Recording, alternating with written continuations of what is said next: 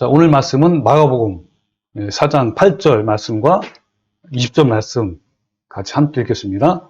시작. 더러는 좋은 땅에 떨어짐에 자라 무성하여 결실하였으니 30배나 60배나 100배가 되었느니라. 20절 시작. 좋은 땅에 뿌렸다는 것은 곧 말씀을 듣고 받아 30배나 60배나 100배의 결실을 하는 자니라. 아멘. 예, 오늘 네 가지 밭에 대해서 마지막 밭, 좋은 땅에 대한 말씀의 내용입니다. 오늘 이 말씀의 주제가 여기 나와 있죠. 눈을 빼어버리라, 손을 찍어내버리라, 이런 주제로 같이 함께 알아볼 건데 과연 눈을 빼는 것이 뭐고 손을 찍는 것이 무엇인지 우리 같이 함께 알아보겠습니다. 씨 뿌리는 비유의 요점은 우리 마음의 밭의 상태에 따라 열매를 맺는가 못 맺는가에 달려 있어요. 씨 뿌리는 비유는 원인이 있고 그 원인에 따라 그 결과가 열매로 나타나는 거예요. 근데 아쉽게도 길가밭, 돌밭, 가시떨기밭은 열매는 없어요. 그러나 좋은 밭은 열매가 풍성한 거예요. 그 열매를 맺는 것에는 그 중간이 없는 거예요. 열매가 없으면 아주 없는 것이고 열매가 있으면 매우 풍성해요. 어떤 문제에 있어서 결과를 제대로 알아야 그 원인의 실체를 파악해서 좋은 결과를 얻을 수 있습니다. 그렇다면 씨 뿌리는 비유에서 그 결과인 열매, 이 열매는 어떤 의미일까요?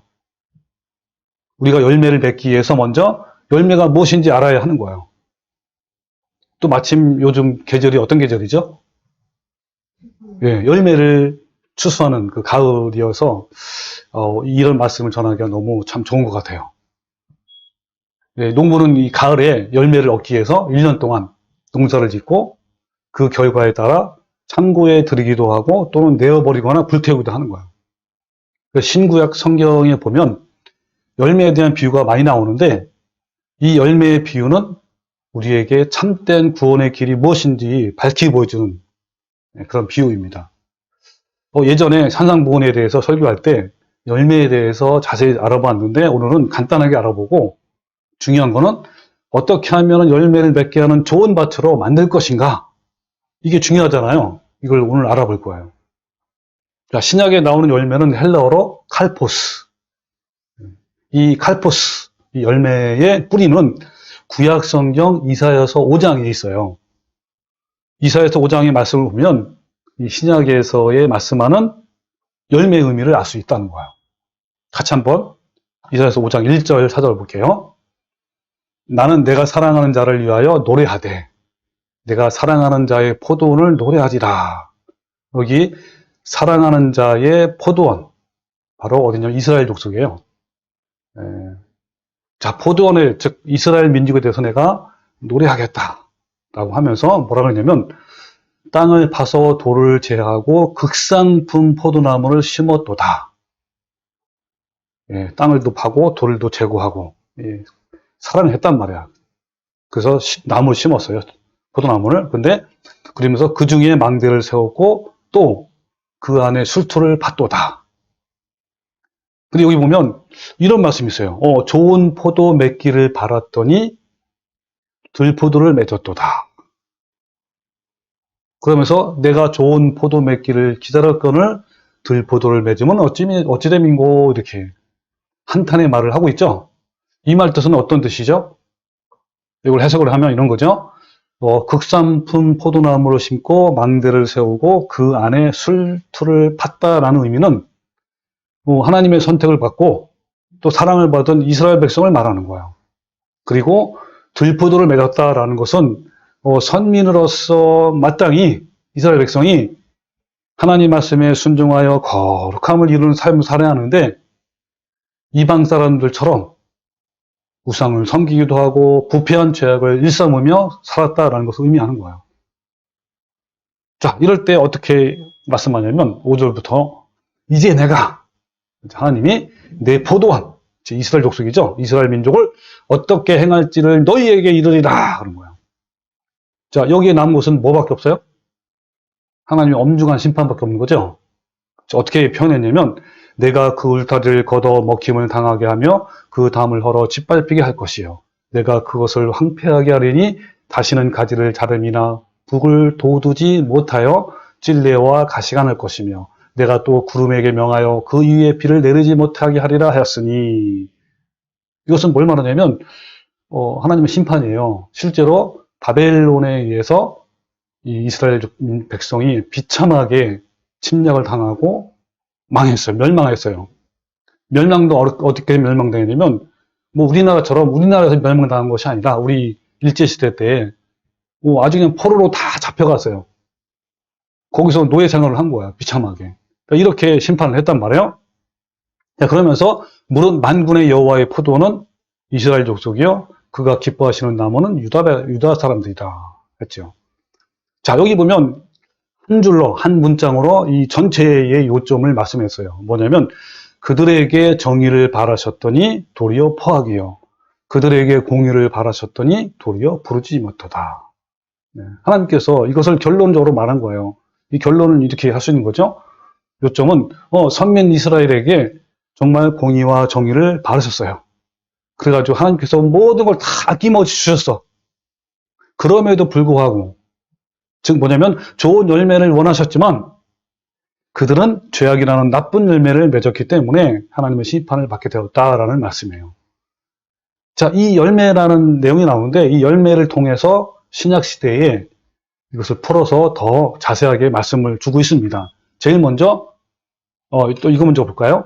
자, 이스라엘 백성은 부패한 마음을 말씀으로 다스리지 않고 그 타락한 본성으로 우상을 섬기기도 하고 온갖 죄악을 저질렀다. 이게 뭘 말하는 거예요?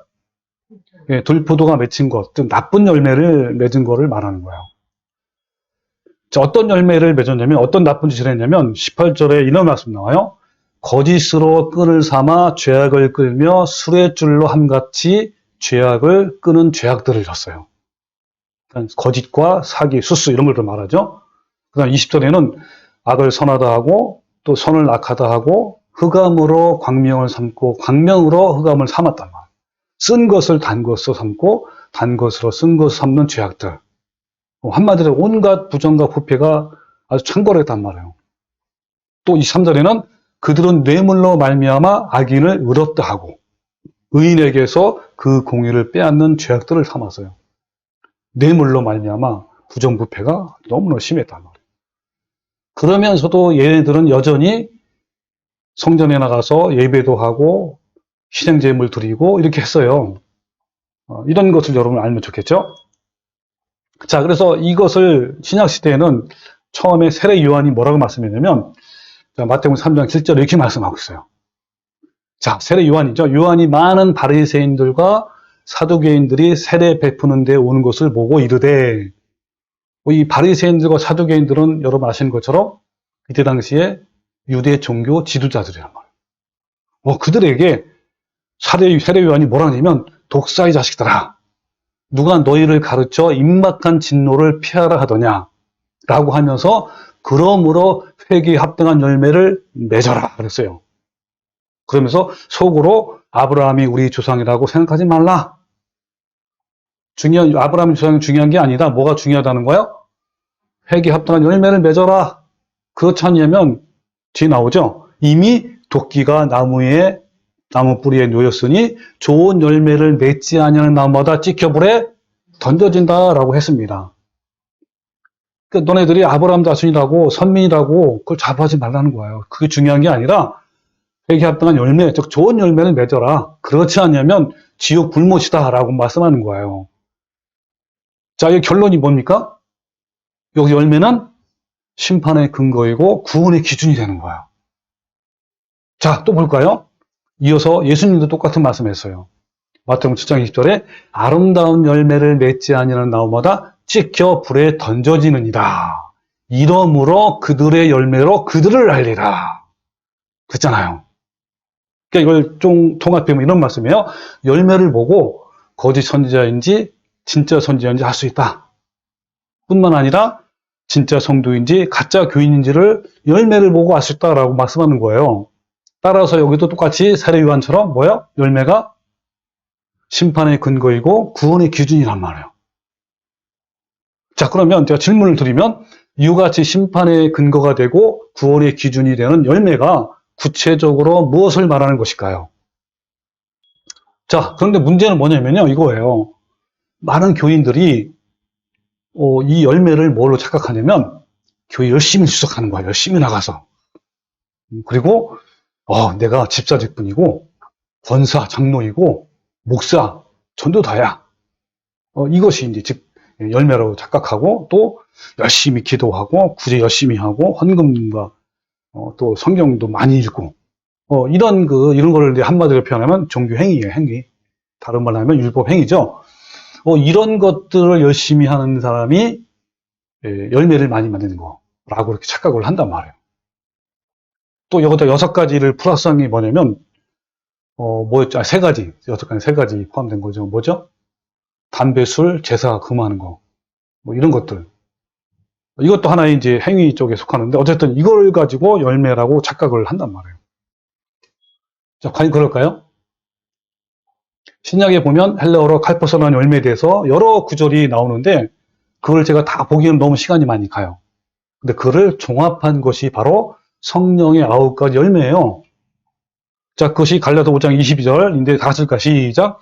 오직 성령의 열매는 사랑과 희락과 화평과 오래 참음과 자비와 양성과 충성과 온유와 절제다 그랬습니다. 이거 이 안에 다 포함됐어요. 모든 열매가.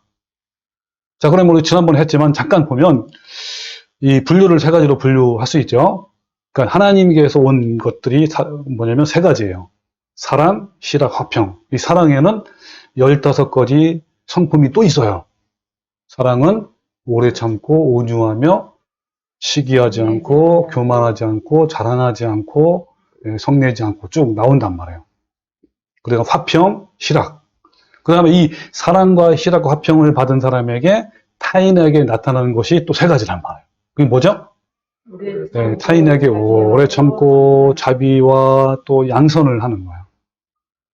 또 이런 사람에게 자신에게 나타나는 것이 뭐냐면 충성, 믿음이 성장이 돼요. 믿음이 점점 강해져.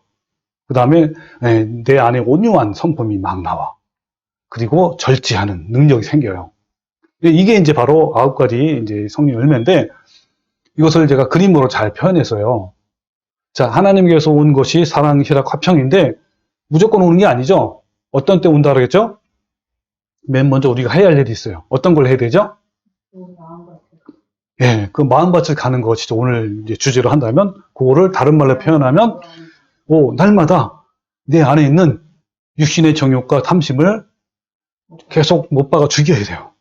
네, 그럴 때 내 안에 이런 사랑과 희락과 화평이 부어지는 거란 말이에요. 그 힘으로 뭐 사랑의 힘으로 그러잖아요. 사랑의 힘으로 뭐 다른 말로 하면 성령님의 도우심으로 어떻게 할 수 있다고요? 타인에게 오래 참고 자비를 베풀고 양선을 할 수 있는 거, 착한 일을.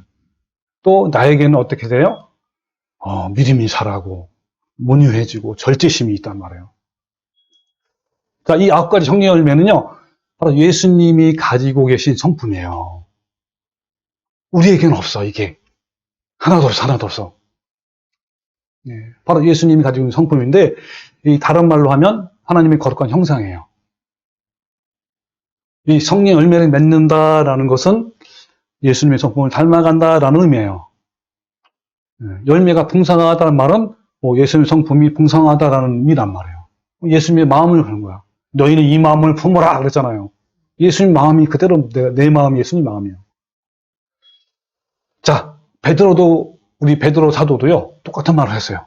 베드로서 1장 5절에 그러므로 너희가 더욱 힘써 너희 믿음의 덕을, 덕의 지식을, 지식의 절제를, 절제의 인내를, 인내의 경건을, 경건의 형제의 우애를, 형제의 우애의 사랑을 더하라. 이런 것이 너희에게 있어 흡족한즉 너희로 열매 없는 자가 되지 않게 하려 한다 그랬어요. 그러니까 이런 것이 있어야만 열매가 있는 것이고 이런 것이 없으면 열매가 없는 거예요. 그죠? 그 열매가 없으면 어떻게 돼요? 나오죠? 이런 것이 없는 자, 즉 열매가 없단 말이에요. 열매가 없는 자는 뭐라고요? 맹인이요. 맹인이 맹인을 인도하면 어떻게 한다고요? 구덩이에 빠지죠. 어떻게 맹인이 천국 가겠습니까? 이것은 다른 말로 하면 너네들은 지옥 멸망이다 이런 뜻이에요. 그의 옛죄가 깨끗하게 된 것을 잊었노라 라고 했잖아. 근데 반대로 이같이 하면 어떻게 하면 열매가 풍성하면 우리 주 곧 구주 예수 그리스도의 영원한 나라에 들어감을 넉넉히 다른 확실하게 너에게 주시리라 그랬단 말이에요. 자, 여러분 지금까지 베드로서도 마찬가지지만 여기에 있는 뭐 믿음, 덕, 지식, 절제 이 전부 다 뭐죠? 예수님의 성품이에요. 아까 9가지 열매 다 이 안에 다 들어가 있단 말이에요. 자, 그러면 지금까지 여러분 천국에 들어가는 조건이 뭐예요? 예수님의 성품을 그렇죠. 예수님의 성품을 닮아가는 거죠. 종교 행위가 아니죠. 근데 어떤 사람은 뭐냐면 내가 예수님을 구주로 고백하고 영접하고 제사함 받으면 나는 천국에 들어가는 조건을 갖대요. 이런 성품이 없어도 예수님만 믿기만 하면 천국에 들어간다고 한단 말이에요. 그럼 맞는 말이 안 맞는 말이에요? 틀린 말이잖아요. 보세요. 여기 보면 이런 것이 있어야 돼. 이런 열매가 없으면 예수님도 그랬고 또 사도 요한도 그렇고 세례 요한도 그렇고 또 사도 베드로도 그렇고 동일하게 멸망을 당한다고 했단 말이에요. 자, 믿음, 덕, 지식, 절제, 아까 말한 거죠. 이건 전부 다 성의 열매고 예수님의 성품이고 하는 걸 형상이에요. 자, 결론이 뭐냐? 열매는 겉으로 나타나는 종교 행위가 아니라 내면에서 이루어지는 성품을 말하는 거예요. 우리가 예수님을 구주로 고백을 하고 영접한 이후에 이게 끝나는 게 아니야. 이게 열매가 아니란 말이야. 진짜 열매. 이게 열매의 시작이에요. 이후에 옛사람을 벗어버리고 새롭게 변화가 되어 새 사람이 되는 거. 새 사람이 안 되면 안 되는 거야. 옛날 그대로 성품을 따라가면 안 된단 말이에요. 즉, 그 내면과 성품이 예수님을 닮아가는 사람이 되어야 하는데 이것을 구원을 이뤄간다라고 이렇게 표현한 거예요. 그러니까 구원은 이미 얻은 것이 아닌 거예요. 그래서 두렵고 떨림으로 우리의 구원을 이루어가야 한다라고 성경을 말씀하고 있어요. 자, 볼까요? 처음 에베소 4장 22절. 자, 너희는 유혹의 욕심을 따라 썩어져가는 구습. 옛사람, 옛날에 그러니까 하나님을 알기 이전에 했던 그런 습관이란 말이에요. 구습을 따르는 옛사람을 벗어버리고. 근데 본인은 열심히 교회 다녔어. 근데 옛날 그대로 한단 말이야, 행동을. 옛날 습관대로. 그러면 그 사람이 구원을 받은 거야, 안 받은 거야? 안 받은 거죠, 당연히. 그리고 오직 너희의 심령이 새롭게 되어. 자, 이것이 바로 내면의 변화고 예수님의 성품을 닮아가는 거, 열매를 맺는 거란 말이야. 되어 하나님을 따라 의와 진리의 거룩함으로 지으심을 받은 새 사람을 입어라. 계속 입어가라. 이런 거예요. 자, 그래서 여기 보면 빌립보서 2장 12절 다시 시작.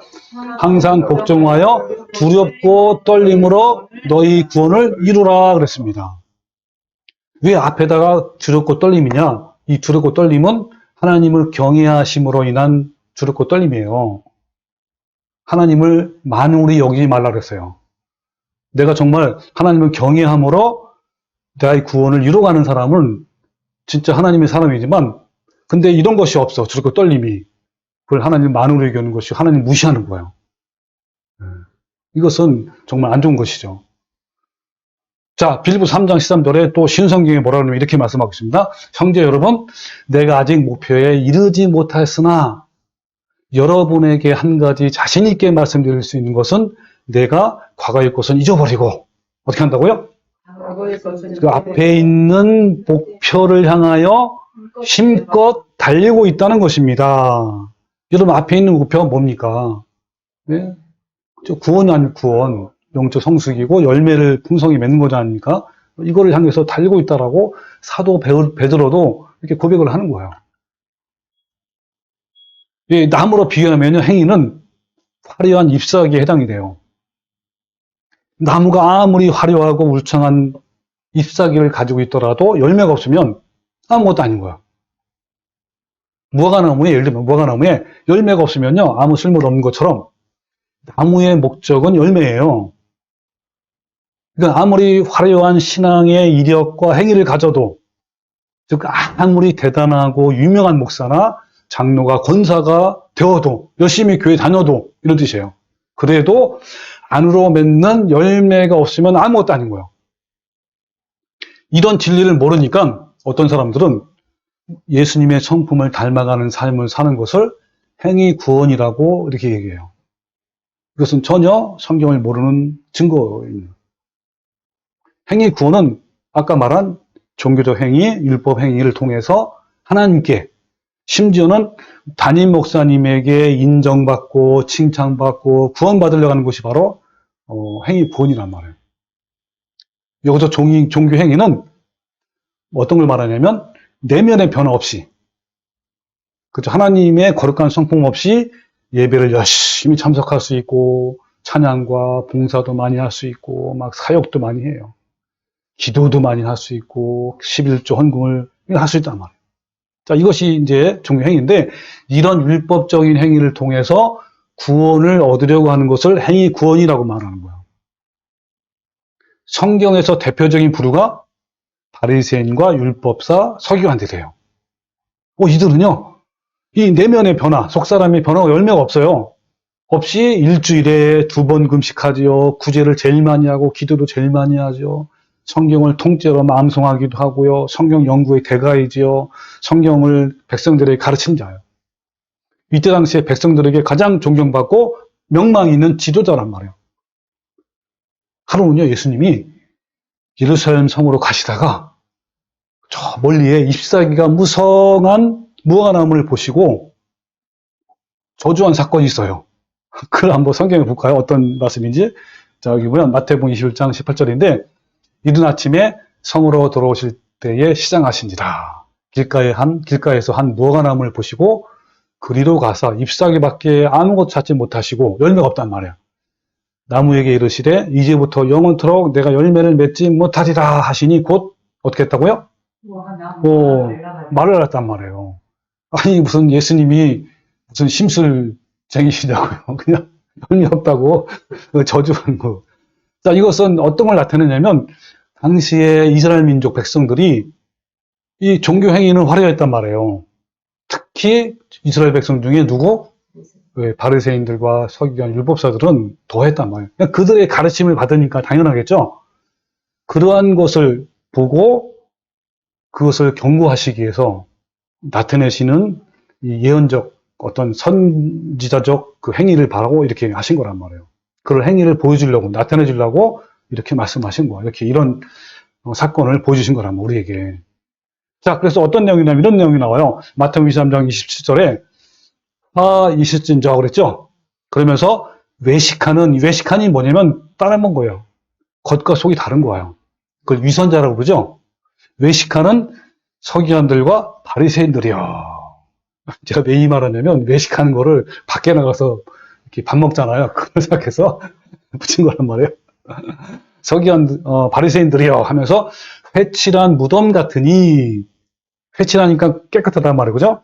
그 겉으로는 아름답게 보이나 그 안에는 죽은 사람의 뼈와 모든 더러운 것이 가득하더라. 이와 같이 너희도 겉으로는 사람에게 옳게 보이되 안으로는 외식과 불법이 가득하도다. 이렇게 한 거야. 자, 이게 바로 외식하는 자이고, 열매가 없이, 이 말은 무슨 말이냐면 열매가 없이도 얼마든지 겉으로는 화려하게 종교적 행위를 할 수 있다 없다? 있다라는 거예요.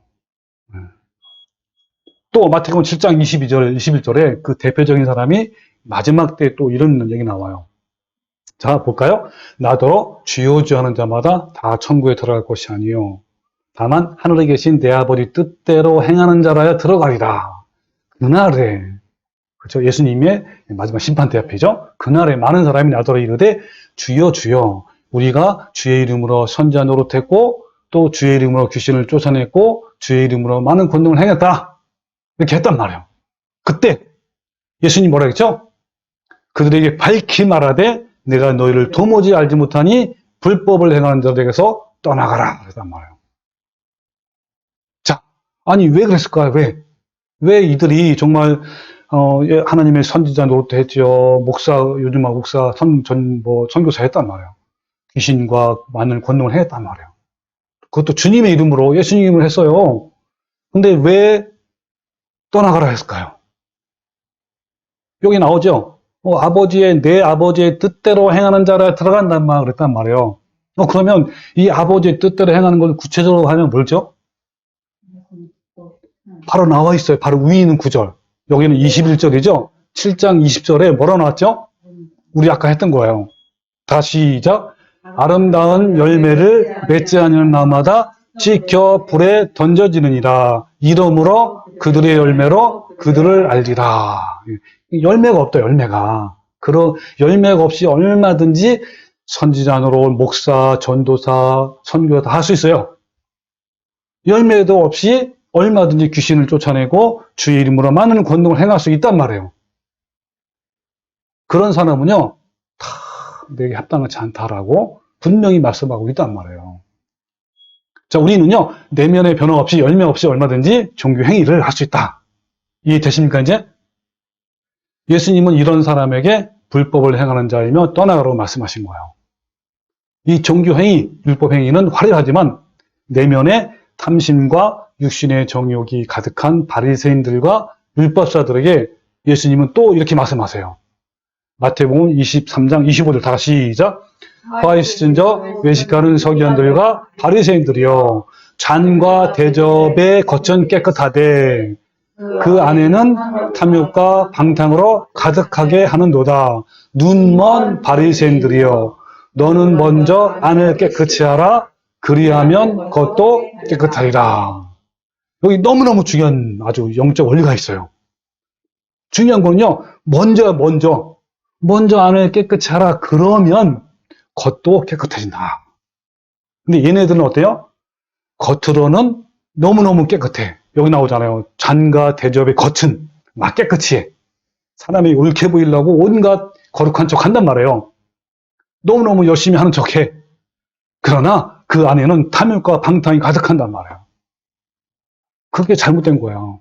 그게 아니라는 거예요. 너희는 먼저 안을 깨끗이 하라. 여기서 안을 깨끗이 한다는 것은 내 안에 있는 탐심, 또 육신의 정욕을 날마다 십자가에 못 박아서 예수님의 품성이 심겨진 것을 말하는 거예요. 그리하면 그것도 깨끗하다라는 말은 밖으로 나오는 모든 행위들이 거룩하고 정의롭고 공의롭고 정직하다는 거예요. 어떻게 하면? 안이 깨끗하면. 그러니까 당연히 어때요? 종교 행위도 즉 뭐 사역이라든지 뭐 전도할 때나 선교할 때나 봉사, 기도, 헌금 뭐 이런 것 등도 외식하는 것이 아니라 어떻게 하셨다고요? 네, 거룩하고 정직하고 정의롭고 정직하게 할 수 있다는 거예요. 진심으로. 네. 그래서 이것을 잘 표현하는 것이 갈라디아서 5장의 성령 열매에 대해서 말씀한 거예요. 또 볼까요?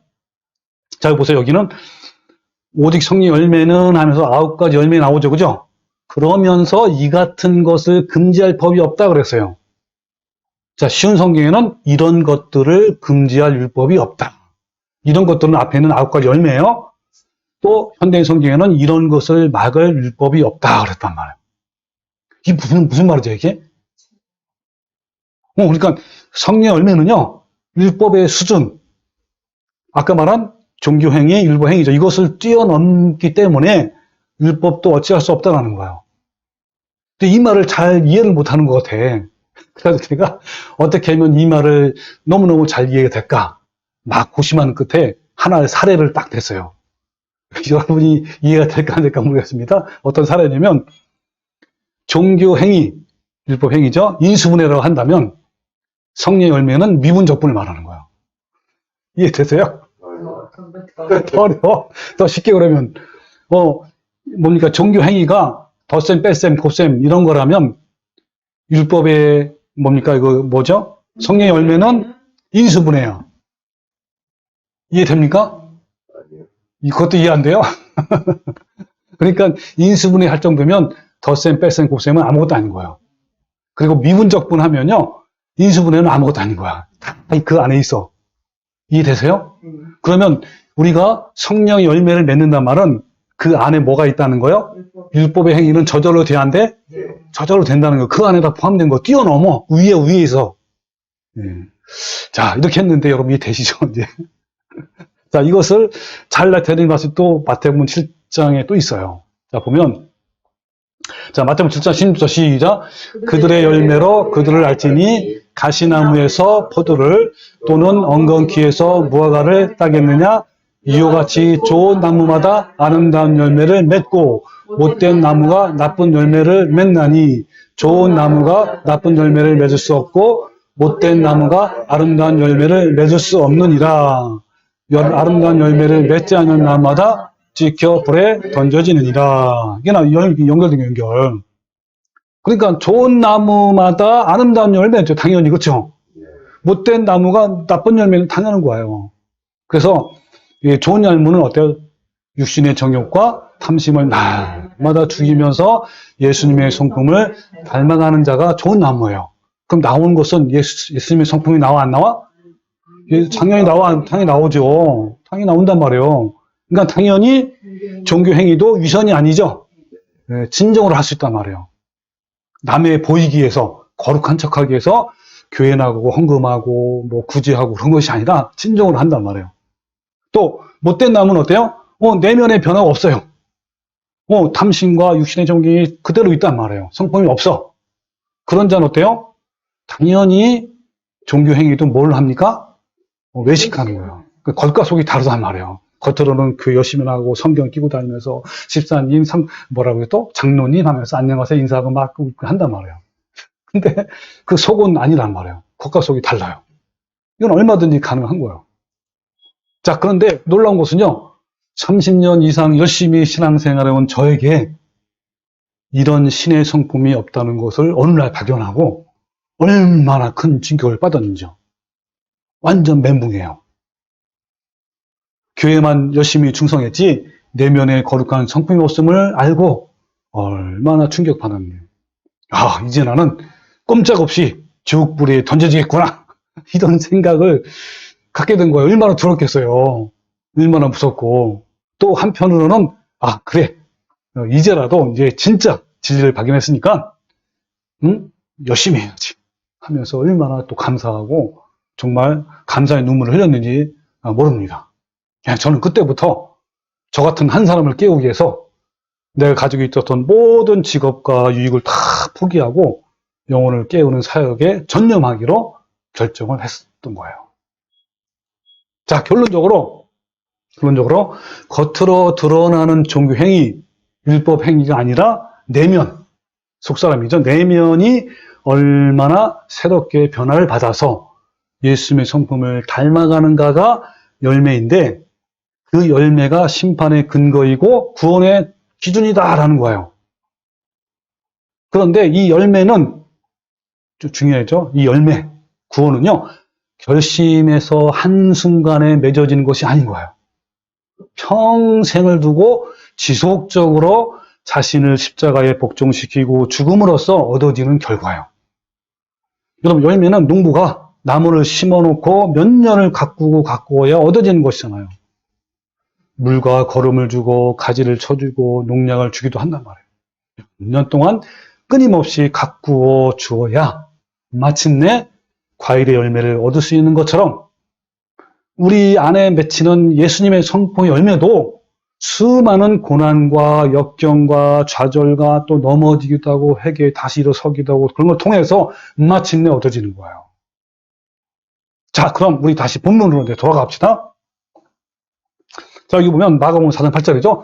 더러는 좋은 땅에 떨어짐에 자라 무성하여 결실하였으니 30배, 60배, 100배가 열매 맺은 거죠. 자, 이것은 뭐냐면 좋은 땅에 뿌려졌다는 것은 말씀을 듣고 받았어요.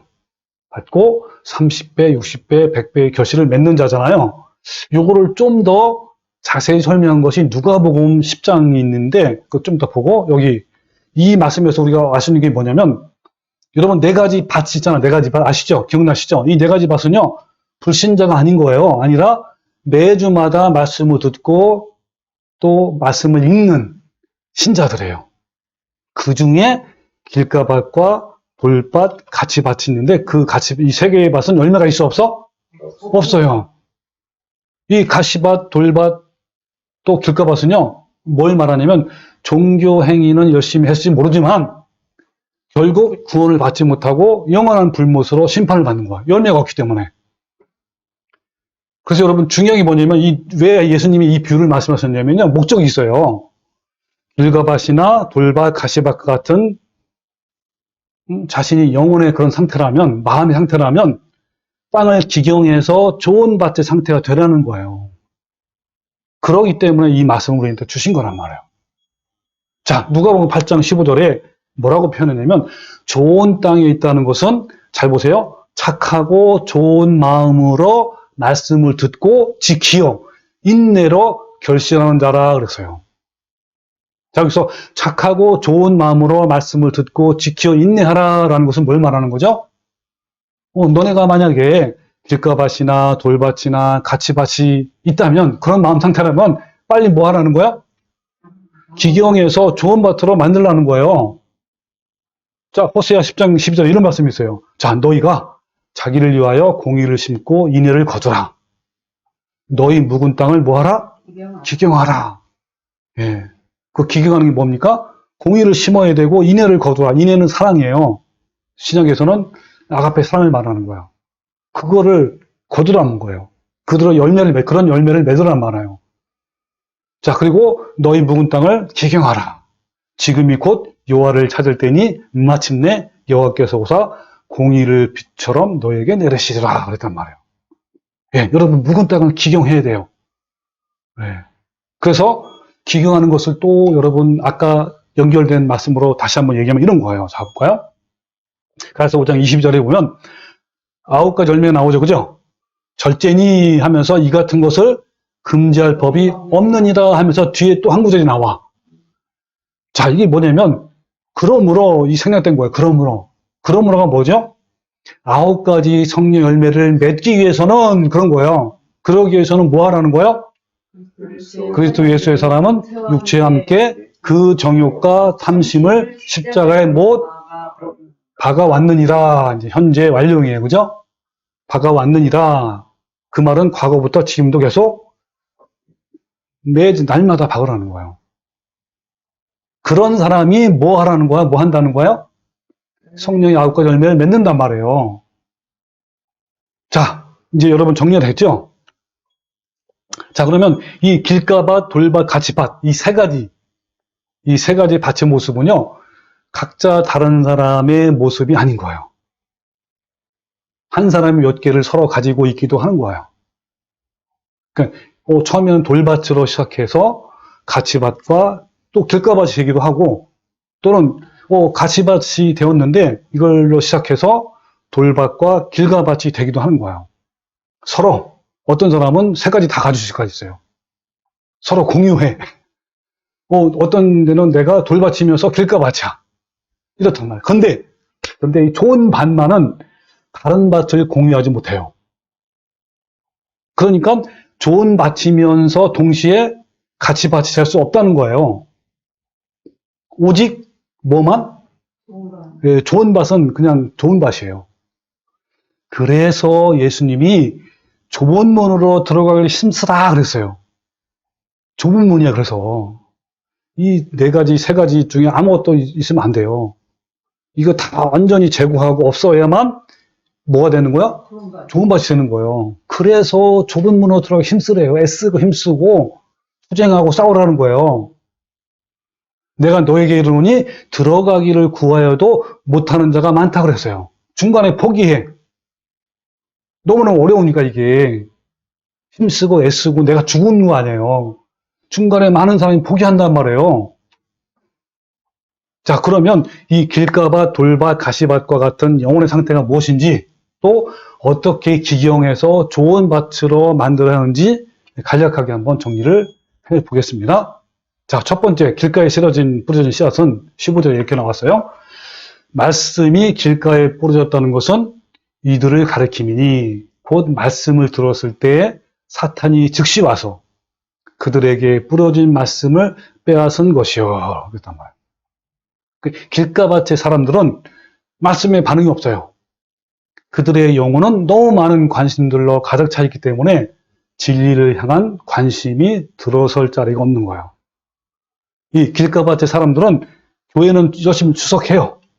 그러나 진리에 관심이 없어. 그리고 진리를 향한 열정도 없단 말이에요. 진리를 향해 변화의 소망과 기대감이 없는 교인들이고 그냥 소속감을 즐기고 신앙생활을 즐기는 교인이란 말이에요. 이들의 영은 어때요? 죽은 사람이에요. 세상과 죄와 싸우지 않는 사람은 이미 죽은 사람이에요. 영적 패배주의의 자들은 이같이 반응이 없어요. 우리가 길가와 같은 마음 생태라면 사탄이 우리 마음에 뿌려진 생명의 말씀을 즉시 거둬간단 말이에요. 그러므로 설교는 우리가 그 말씀을 듣고 내 마음에 심겨지느냐 아니면 사탄에게 먹느냐의 전쟁이에요. 길가밭의 사람은 영적 게으름으로 인해서 하나님 나라를 놓치고 있는 거예요. 씨는 계속 떨어지고 있지만 그 씨는 귓전에 계속 맴돌고만 있단 말이에요. 그는 계속 설교를 듣는 현장에 있으나 마음을 열어 받아들이지 않는 거예요. 이 상황이 반복이 되면 천국의 모든 기회를 잃어버리는 거야. 이게 바로 길가밭의 비극이에요. 우리의 마음과 영혼의 상태가 세상적인 일로 분주한 상태가 되면 결코 들은 말씀을 마음 깊이 받아들일 수 없는 거예요. 또한 생활로 바쁘다 보니까 밤에는 제대로 숙면을 취하지 못하고 몸의 컨디션도 무거운 상태로 주일에 설교를 듣다 보면 어떻게 돼요? 졸리기도 하고 집중이 안 되고 들은 말씀이 유익이 안 되는 때가 많단 말이에요. 이 여러 가지 생각으로 가득 찬 마음은 결코 말씀에 반응할 수 없어요. 이런 생활이 지속되면 그 마음이 점점 굳어져서 길가와 같은 땅이 되는 거예요. 자, 이제 길가밭을 기경해서 좋은 것들을 만들어야 돼요. 설교를 듣는 것은 전쟁이에요. 설교를 듣는 시간은 내 속에 하나님 나라가 시작되는 시간이고 믿음이 형성되고 성장하는 시간이에요. 길가밭의 치명적인 원인은 하나님 나라에 대한 갈급함이 없어요. 별로 부족해. 성도들에게 제일 우선돼야 할 기본적인 영성은 말씀에 대한 갈급함이에요. 이 시간을 놓치면 하나님 나라를 놓친다는 절박한 심정이 있어야 하는 거예요. 바로 이 시간. 내가 내 마음속에서 내 마음속으로 그 말씀을 깨닫지 못하면 사탄이 즉시 와서 말씀을 빼앗아갈 것이라고 했잖아요. 바로 이 순간이. 자신이 받아들이기 어려운 말씀이라도 기꺼이 그 말씀에 순종하겠습니다라는 적극적인 마음이 있어야 되는 거예요. 우리는 목마른 영혼이 되어서 불타는 마음으로 말씀을 추구하십시오. 불타는 마음으로 설교에 몰입하십시오. 이 말씀 듣기는 한 번의 문제가 아닌 거예요. 우리는 말씀을 지속적으로 듣고 그 말씀대로 삶 속에 지키어 결실하기 위해서 인내와 끈기가 필요한 거예요. 하나님 나라가 이루어질 때까지 우리는 지속적으로 말씀을 듣고 지키고 인내로서 죄와 세상에서 싸워서 이겨내는 거예요. 우리는 때때로 분주한 모든 일을 모두 내려놓고 하나님 앞에 홀로 있기를 연습하고 훈련을 해야 하는 거예요. 특히 바쁠 때는 더 적극적으로 시간을 빼는 거예요. 그래서 하나님 앞에 머무는 시간을 꼭 가지는 거예요. 왜냐하면 이 바쁨에 치이다 보면 육체는 물론이고 영혼이 고갈되어서 결국 길가와 같은 마음의 상태로 변한단 말이에요. 자, 두 번째. 자, 어떤 씨앗이요? 돌밭에 뿌려진 씨앗. 자, 이 뭐라냐면, 또 이와 같이 돌밭에 뿌려졌다는 것은 이들을 가리킴이니 곧 말씀을 들을 때에 즉시 기쁨으로 받으나 그 속에 뿌리가 없어 잠깐 견디다가 말씀으로 인하여 환난이나 박해가 일어나는 때는 곧 넘어지는 자예요. 그랬어요. 이건 뭘 말하냐면, 설교를 아멘으로 듣고 기쁨을 받았어요. 기쁘게 받았단 말이에요.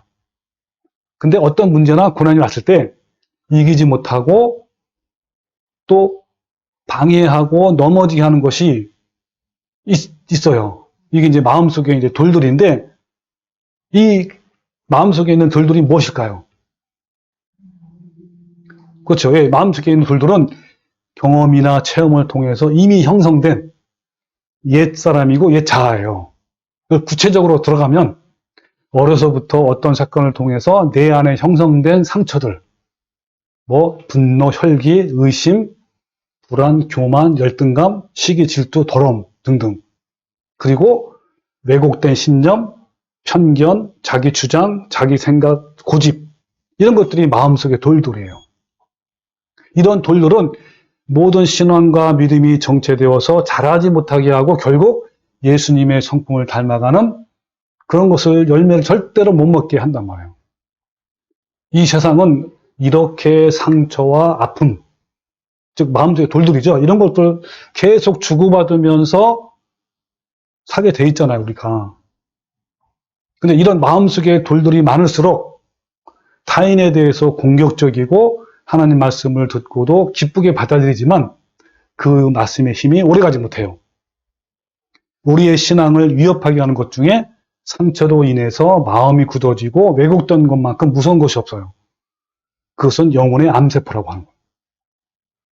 하나님 말씀이 마음에 뿌리를 내지 못하게 하는 이 마음의 상처들, 또한 여러 가지 왜곡된 것들, 이런 단단한 돌들은 들은 말씀이 내 안에 심겨져서 그 말씀대로 순종하는 삶을 살지 못하게 막고 있단 말이에요. 그러나 마음속에 있는 돌들이 제거되면 하나님의 은혜가 우리 영혼 깊숙이 흘러들어가요. 하나님의 사랑과 기쁨과 평화가 내 마음속에 깊이 흘러넘쳐서 타인에게 대해서 오래 참게 되고 자비하게 되고 선하게 되는 거예요. 자, 이제 돌밭을 기경해서 뭘로 만들어야 돼요? 좋은 밭으로 만듭시다. 좋은 밭으로 만드는 것 중에 가장 좋은 게 뭐냐면 성도는 환난이나 박해로 성장해요.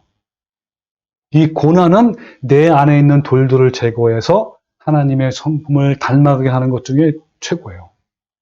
성경이 뭐라고 하냐면 이렇게 하고 있어요. 잠언, 자, 10장 3절 시작.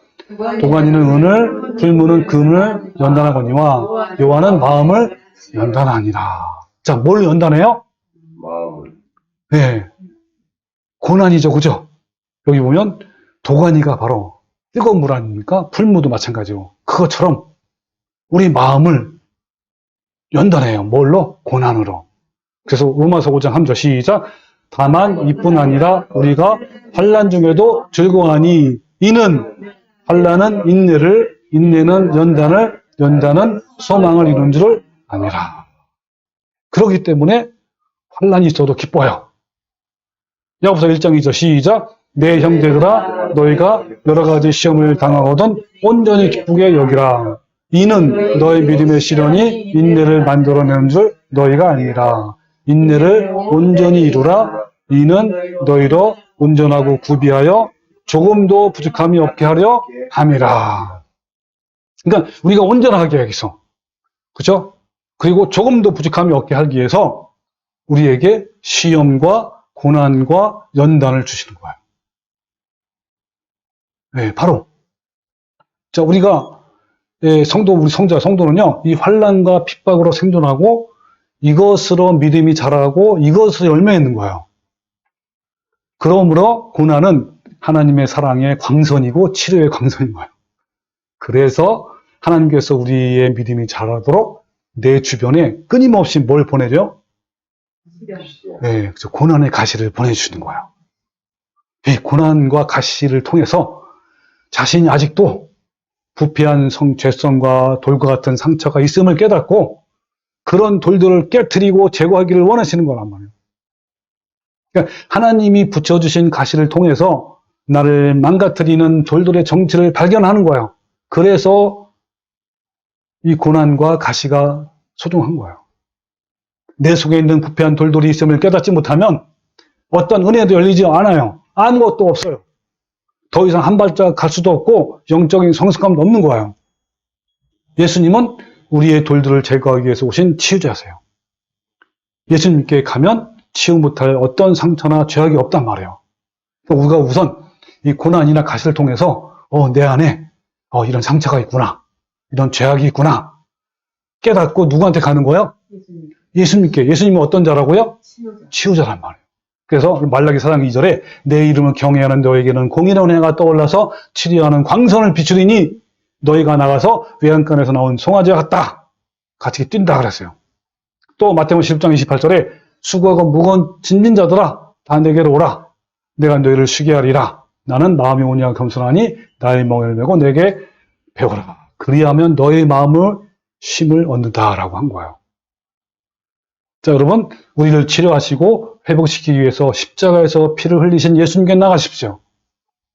우리가 먼저 하나님 앞에 직면해서 마음속에 딱딱해 굳어있는 돌들을 깨트리고 부수어서 좋은 밭으로 기경하십시오. 자, 세 번째, 우리 바로 지난 시간에 한 거죠. 어디에 부러진 씨앗이에요? 예, 가시떨기에. 가시에 부러진 씨앗. 자, 이게 뭐라 했냐면, 또 어떤 이는 가시떨기에 부러진 자니 이들은 말씀을 듣기는 하되 세상의 염려와 재물의 유혹과 기타 욕심이 들어와 말씀을 막아 결실하지 못하게 하는 자요. 그랬어요. 이 가시밭에 해당되는 교인에게는 특징이 있어요. 어떤 특징이 있을까요? 이 가시밭의 교인들은 모든 종교 행위를 열심히 하는 사람들이에요. 이 교인들은 특별 새벽 기도에 이 특별 새벽 기도를 뭐라고 하세요? 특세래요, 특세. 특세. 그 다음에 철야 기도, 부흥회, 산상 집회, 봉사와 헌신의 자리에 있는 사람들이에요. 네. 어떤 사람들? 가시떨기에 부러진 그런 사람들. 그들은 그렇게 함으로써 자신들이 원하는 것을 받기 위해서 그런 거예요. 그들이 좋아하는 단어는 축복, 성공, 만사, 형통, 출세, 또 적극적인 사고방식, 긍정의 힘, 이런 걸 좋아해요. 이 시대의 종교꾼 목사들이 물질의 축복과 삶의 축복을 외치고 있단 말이에요. 그들은 하나님의 이름으로 설교는 하지만 그들의 신은 만몬이에요. 이 종교꾼들의 설교에 귀를 기울이고 감동하고 미혹받은 교인들이 많잖아요. 그럼 이 사람들은 종교꾼들에게 속았기 때문에 참 불쌍한 영혼일까요? 어떨 것 같아요? 그렇지 않아요. 왜 그럴까요? 그들은요, 미혹받은 것이 아니라 자신 속에 있는 욕망에 끌렸을 뿐이에요. 그냥 자신의 욕망과 욕심에 끌려서 미혹을 받는 거예요. 그래서 야고보서 1장 15절에 오직 각 사람이 시험을 받는 것은 자기 욕심에 끌려 미혹됨이니, 이거 시험하려면 그러나 각 사람이 미혹되는 것은 자기 자신의 탐심에 이끌려 꿰매 빠진 것이니 라는 거예요. 이 탐심이 뭐냐면, 탐심은 이런 거예요. 자신의 마음과 뜻과 생각과 목표를 자신의 욕심에 초점을 맞추는 것을 탐심이라고 하는 거예요. 그러니까 이 세상의 염려와 재물의 유혹과 기타 욕심, 이 탐심은 내 영혼을 약탈하는 작은 여우들이에요. 내 속에 시작된 하나님 나라를 허물고 하늘을 향한 열정과 성장을 약탈해서 마침내 내 영혼을 파멸로 이끄는 것들이란 말이에요. 내 속의 염려와 욕심은 소리 없는 영혼의 침략자예요. 그것들은 어때요? 문틈으로 스며드는 유독가스처럼 내 영혼에 소리 없이 조용하게 스며들고 나도 모르게 와서 내 영혼을 황폐화시켜요. 이 탐욕과 염려는 영혼을 세속화시켜요. 내 마음속에 자라고 있는 이것들을 제거하지 않으면 우리는 절대 천국에 합당한 열매를 얻지 못한단 말이에요. 이 먹고 사는 문제에 대해서 불안해하고 염려하고 근심을 한다면 하나님을 온전히 신뢰하지 못하는 것이고, 그것은 어때요? 들은 말씀이 막혀서 신앙이 자라지 못하게 하고 결국 열매를 맺지 못하게 하는 거예요. 무서운 거잖아요. 염려에 빠지면 천국을 향한 마음과 하나님에 대한 믿음이 나누게 돼가지고 육신의 정욕과 또 탐심에 사로잡힌단 말이에요. 네, 치명적인 무기가 바로 염려와 탐심인 거예요. 자신이 현재 아무리 교회에 열심히 다니고 높은 직분을 갖고 있다 그러더라도 이 재물의 유혹과 욕심에 빠지면 들은 말씀이 막혀서 결단코 성포 열매를 맺지 못하고 결국은 버려진단 말이에요. 자, 이제 우리는 가치밭을 기경해서 좋은 밭으로 만들어야 돼요. 이 가치밭을 좋은 밭으로 기경하는 것은 너무 단순해요. 그냥 하나님을 믿고 신뢰하고 이런 거예요. 그 외에는 없어요. 그냥 걸음을 인도하시는 하나님을 신뢰하는 거예요. 현재 상황에 자족하면서 그냥 가는 거예요. 세상 것을 버리게 되면 하나님의 것을 얻게 되는 거예요. 반대로 세상 것을 움켜잡으려고 하면 하나님의 좋은 은사를 얻을 수 없단 말이에요. 이것은 우리가 날마다 싸워야 할 치열한 전쟁이에요. 어제까지는 이겼어. 염려 안 하고 주님을 신뢰했기 때문에 이제 이겼단 말이에요. 그렇다고 끝난 게 아니란 말이에요. 오늘 또 염려가 찾아올 수 있어. 그러니까 날마다 싸워야 하는 치열한 전쟁인 거예요. 그러니까 우리는 날마다 어떻게 해야 돼요? 예수님을 바라보는 거예요. 그러기 위해서 세상에서 눈을 떼어야 하고요. 세상에 대한 욕망과 탐심을 포기하는 거예요. 우리의 눈을 어디에 고정시켜야 돼요? 예수님께만 고정시키는 거예요. 자, 디모데전서 6장 6절 12절까지 시작. 그러나 자족하는 마음이 있으면 경건은 큰 이익이 되느니라. 우리가 세상에 아무것도 가지고 온 것이 없음에 또한 아무것도 가지고 가지 못하리니 우리가 먹을 것과 입을 것이 있은즉 족한 줄로 알 것이니라. 구하려 하는 자들은 시험과 울무와 여러 가지 어리석고 해로운 욕심에 떨어지나니 곧 사람으로 파멸과 멸망에 빠지게 하는 것이라. 예. 여러분 너무너무 중요한 거란 말이에요. 족한 줄 알아야 돼. 거기에서 더 욕심 부리고 또 탐심, 육신의 정욕 따라 가게 되면 결국은 파멸과 멸망, 지옥 심판에 빠지게 되는 거예요. 얼마나 무섭습니까? 이 자족하는 마음을 갖는 것이 매우 중요해요. 지금 있는 것에 만족하고 주어진 것에 만족하십시오. 여러분이 좋은 땅이 되어서 30배, 60배, 100배의 열매를 맺기 위한 조건은 바로 자족하는 마음이에요. 하나님께서 우리에게 사랑과 희락과 화평을 부어주시니까 우리는 어떤 상황에도 자족할 수 있단 말이에요. 그냥 현재 있는 것에 만족하여 그 상황에 맞게 감사하며 삽시다. 우리 안에 끊임없이 올라오는 만문의 욕심을 십자가에 계속 날마다 못 박아야 돼요. 끊임없이. 그러면서 지금 있는 것에 만족하며 감사하는 거야. 이것이 바로 가시떨기에서 내 마음에서 제거하는 거야. 가시떨기를. 내 영혼을 파괴하는 작은 여우들 내어 쫓는 거란 말이에요. 자, 지금까지 세 가지 밭에 대해서 알아봤잖아요.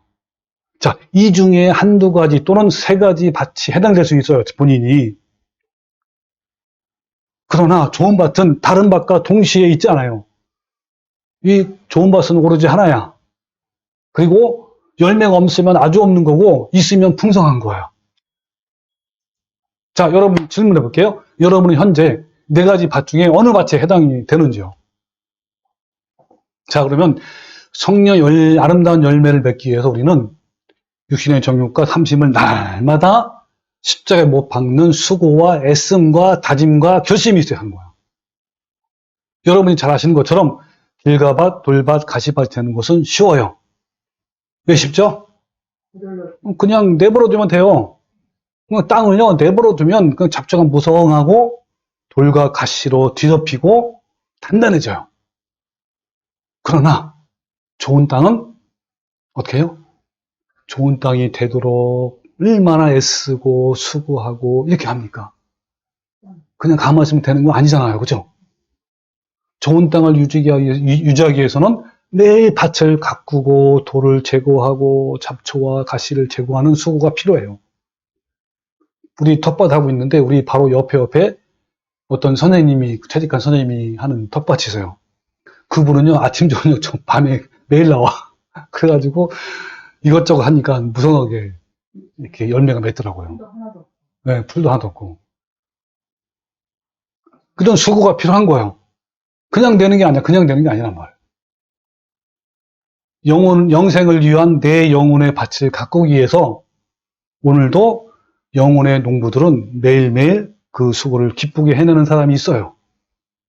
여러분은 어떠신가요? 그렇게 해내고 있습니까? 여러분, 오늘이라는 이 순간이야말로 내가 주님의 품성을 닮아갈 수 있는 유일한 소중한 시간이란 말이에요. 기경에서 좋은 만들어 만들 수 있는 소중한 시간이에요. 이런 시간들이 모이고 모여서 점점점 예수님의 성품을 닮아가고 이렇게 하는 거예요. 예수님을 닮기 위해서 날마다 매 순간 최선을 다해 하는 거예요. 그냥 넘어가면 안 돼. 그런 것이 부딪혀올 때 딱딱 끊어내고 이러면 안 되지 하면서 내 마음을 복종시키는 거예요. 어떻게 하면서 두렵고 떨림으로 하나님을 두려워해야 돼요. 만약에 그것을 그냥 그대로 옛날 습관대로 하면 하나님을 두려워하지 않고 하나님을 만으로 얘기하는 거예요. 하나님 무시하는 거예요. 네, 그러면 안 된단 말이에요. 이 순간이 지나면 없다 라는 마음 가지고 하는 거예요. 뭐 내일 하면 되겠지라는 것은 통하지 않는 거예요. 지금 해요, 지금. 지금 닮아감이 없으면 내일도 없는 거예요. 지금은 예수님이 다시 오실 마지막 때가 가까웠지 않습니까? 우리에게 시간이 많지 않아요. 정말 이걸 위해서 간절히 기도하고 또 간청하고 계속 구하고 또 실천하고 때로는 넘어질지라도 또 일어서고 오뚜기처럼 이렇게 하는 거예요. 예수님은 이런 각오와 결심을 하라고 어떻게 말씀하시냐면 이렇게 말씀하고 있어요. 마태복음 5장 29절에 만일 내 오른 눈이 너로 실족하게 하거든 떼어내버리라. 만일 내 오른손이 너를 실족하게 하거든 찍어내버리라 그랬단 말이에요. 이런 심정으로 이런 각오와 결단과 다짐을 하라는 거예요. 지금 이 순간이 정욕과 탐심을 십자가에 못 박을 수 있고 또 피 흘리기까지 죄와 싸울 수 있는 소중한 시간들이에요. 여러분 우리 모두 마음밭을 날마다 기경해서 아름다운 예수님의 성품을 닮아가는 성도가 되시기를 주님의 이름으로 축원합니다. 아멘. 아멘.